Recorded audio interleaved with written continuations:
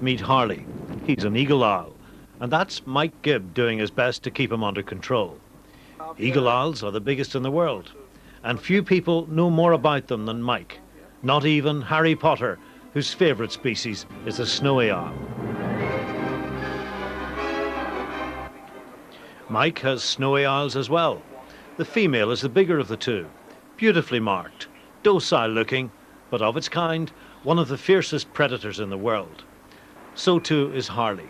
And thanks to the movies, creatures like these have suddenly become desirable. That doesn't take Harry Potter to tell you what a magnificent creature that is, but believe me, you mustn't think of this as a household pet. Isn't that right, Mike? Yeah, that's right. Brian, they do not make particularly good pets. With the Harry Potter film, we have had phone calls of people wanting to buy them. We have had people saying we've got old budgie cages and parrot cages since our parrot has died and our budgie has left us, and could we get an owl and keep it in a budgie cage in the house? No, it'd be extremely cruel. And you could not have this guy flying around your living room. He would wreck everything. It would be also dangerous to small children. They don't mean to be aggressive. If they landed on someone, even just by the natural instinct of landing, they close their claws on whatever they land to. They can cause a lot of damage. Harley in the wild would take things like foxes and deer, which is quite big for a bird to take. I can open his wings and let you see. He's a very big, very heavy bird, so he needs the large wings to take him down to catch large prey.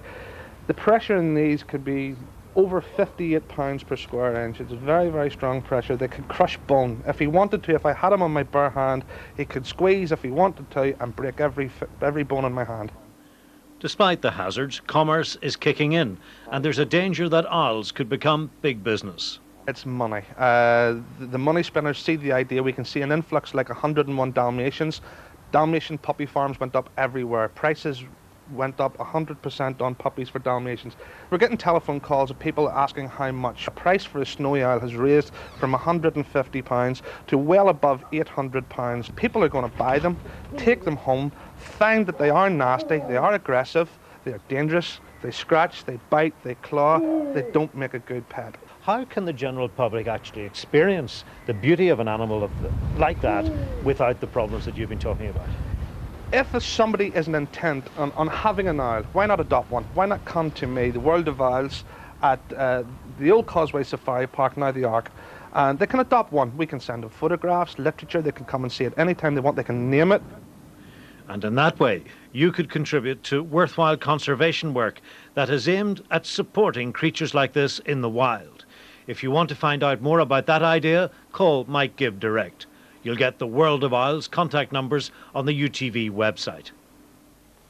Beautiful birds, but I definitely wouldn't fancy cleaning out their cage, especially if they're eating foxes and deer. Now, yesterday we were getting into the Christmas mood with the switching on of the lights in Belfast. Well, tonight, that mood continues. And the 101 Dalmatian crazes. Our environment correspondent Mike McKim discovered that the demand for owls in Northern Ireland has soared. No, I would have to advise against that.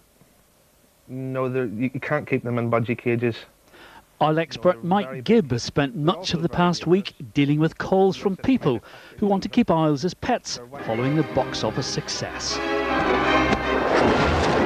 But while the birds were magic for Harry Potter, they make anything but good pets.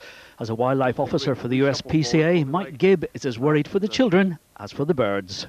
They don't make good pets.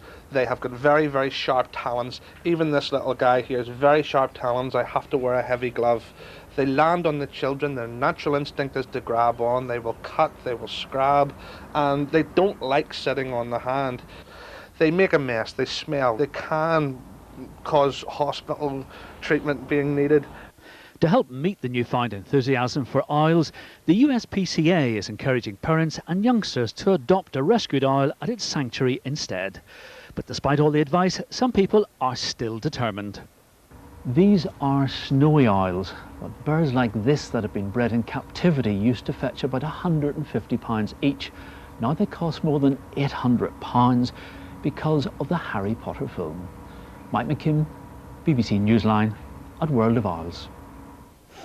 And you can find out more about that story on BBC Newsline this evening. And with a look at what else is in the programme, Donna's in the newsroom. Yes, thank you very much, Noel. I'm here in the King's Hall live on the opening day of the Irish Motorcycle and Superbike Show. All the Built in another mad rush to the pet shops, as it was with the Ninja Turtle or 101 Dalmatian crazes. Our environment correspondent Mike McKim has discovered the local demand for owls has already soared.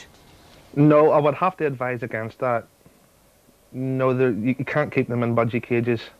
Odd expert Mike Gibb has spent much of the past week dealing with people who want to keep owls as pets following the box office success. But while the owls were magic for Harry Potter, they make anything but good pets. As a wildlife officer for the USPCA, Mike Gibb is as worried for the children as for the birds. They don't make good pets. They have got very, very sharp talons. Even this little guy here has very sharp talons. I have to wear a heavy glove. They land on the children. Their natural instinct is to grab on. They will cut, they will scrab, and they don't like sitting on the hand. You can't have them flying about a living room. They're too big. They will make a mess. They will ruin your carpet. They will ruin your furniture, and you cannot keep them in small budgie or parrot cages. Mike has his own owl sanctuary where he looks after rescued owls both from here and around the world. All are protected species. Some owls are very defensive and can suddenly be aggressive if frightened, which is a good reason to keep them and children well apart. To help meet the newfound enthusiasm for owls, the USPCA is encouraging parents and youngsters to adopt a rescued owl at its sanctuary instead. But despite all the advice, some people are still determined. These are snowy owls, but birds like this that have been bred in captivity used to fetch about £150 each. Now they cost more than £800 because of the Harry Potter film. Mike McKim, BBC Newsline at World of Owls. So steer clear of the owls, don't be a twit. We'll leave you with a look at the main stories. First of all, a brief Old American red-tailed hawk that was recently found in Belfast, separated from her owner. The call that came in was an eagle had landed in someone's garden in Darmore Park on Malone Road, of all places, and they were quite frightened. They didn't know what to do. So I more or less dropped everything I was doing and headed back into Belfast. About an hour and a half later I got there. The poor guy he's brilliant, so he was. He got a dog lead, and the leather straps that hang from the bird's feet are called jesses, still had a swivel attached, and he attached the dog lead to the swivel and held on to it for about an hour and a half, 2 hours. He was a brilliant guy, and he done a fantastic job. The bird just sat there. I come in, seen it, straight up, lifted it, and I was happy. They were happy. And last night she was reunited with one very thankful owner. Here we are. Here we go. Oh, she is. She is. Is your baby? There's your baby. That's her. She's still, I still think she's a wee bit underweight. She's not up her full sort of self. Yes. You feel the kid yourself there. Yes, yes. You know yourself. She needs her beak up a wee bit. And I noticed a wee infection in her back toe. Up you go, baby. There you go. Yeah, we keep our. That's your Murphy's lease. Sure. And there you go. One happy reunion. Fantastic. It's good to get her back. Thanks very much for bringing her. No problem at all. I haven't had her that long. I've only had her about a month, and the man who owned her before hadn't flown her very much, and she'd been sitting about on the perch for a very long time, so she wasn't fit, and they don't really fly very well when they're not fit, so you have to get them fit.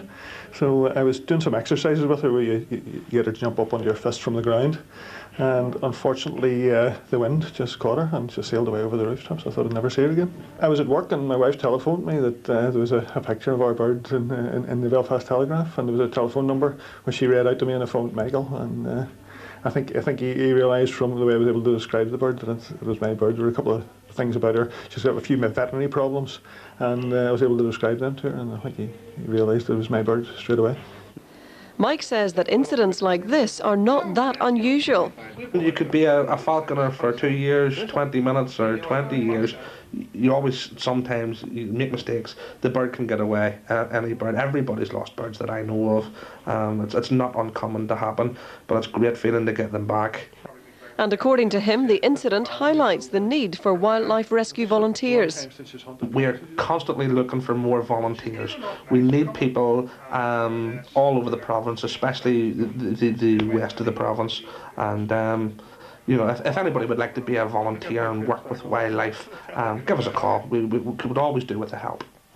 It's a wonderful feeling to get her back. It's actually better to get her back than it was to get her in the first place, because I'd convinced myself not only was she lost, but I'd convinced myself she'd come to a horrible end somewhere. So it's great to see her again, and to get her back's even better. A lovely happy ending indeed. Now, still to come in the second part of the programme, the students...